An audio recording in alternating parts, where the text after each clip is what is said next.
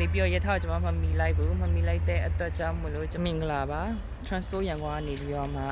ပြန်လေကျူးလိုက်ပါရပေါ့နော် transporting လုံးလို့ကောင်းတဲ့နေရာလေးတစ်ခုကိုတွေ့ထားရပေါ့နော်အဲ့ဒါလေးကို sharing လုပ်ပေးချင်တာပါအခု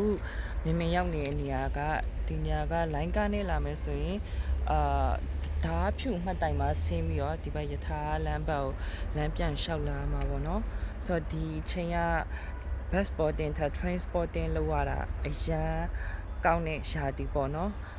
ပုံမှန်ဒီယထာတွေ local ယထာတွေအများဆုံးထွက်လို့ရှိရင်လည်းမမေကဒီ transporting ကိုပဲဒီရာဒီမှာအဓိကထားပြီးတော့လုပ်တယ်ပေါ့နော်ဟိုးရင်ကလေးကဒီ bus boarding နဲ့ transporting တွေဟိုမဖြစ်လာတာပဲရှိတာဒါပေမဲ့ဒီလိုအချိန်တွေကမမေရဲ့အကြိုက်ဆုံးအချိန်ပေါ့နော်အခုဒီမှာ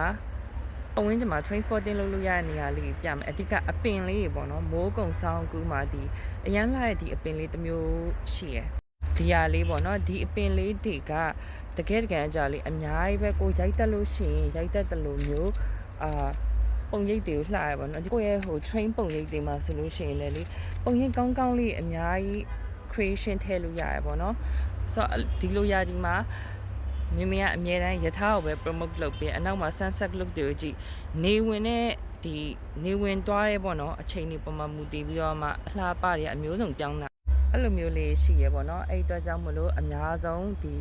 မမေအများဆုံးရောက်ဖြစ်တာတော့ယထာလောက်အများဆုံးရောက်ဖြစ်တယ်ပေါ့နော်ဆိုတော့ဒီညအန်ဒီရရှိလားဆိုတော့ပဝင်းချင်းအနေထားကြည့်ရတဲ့လောက်ကတော့ဘေးမှာပင်လုံရာရှိရယ်လူတော့နည်းနည်းပြတ်တယ်ဆိုပေမဲ့လူအဖြတ်သွားအလားလေးတော့ရှိတယ်အန်ဒီရလည်းအရင်မများဘူးဆိုပေမဲ့လည်းဟိုစိတ်ချလို့မရဘူးเนาะဒီလိုမျိုးခြုံနေပါတွေကနေထွက်လာမျိုးလည်းဖြစ်လာနိုင်တယ်ပေါ့เนาะဆိုတော့ transporting နေ train fan နေဒီနေရာကိုရောက်ဖြောင်းလာပြီးတော့မှsporting လေးလာထွက်ပါလို့ပေါ့เนาะဒီနေရာနေပြီးတော့မှဖိတ်ခေါ်ချင်ပါတယ်ရှင်ရန်ကုန်ကနေ9:15ထွက်တဲ့ပဲခူးတီရမျိုးစောင့်နေရပါတော့ဘလို့ပုံရိပ်အမိုက်စားရမလဲဆိုတာကိုယ့်အကွန်တော့မှတွေ့ပြီးရင်ခုန်လို့ဖြစ်ပါတယ်ဆိုတော့အားလုံးကျေးဇူးပါဘိုင်ဘိုင်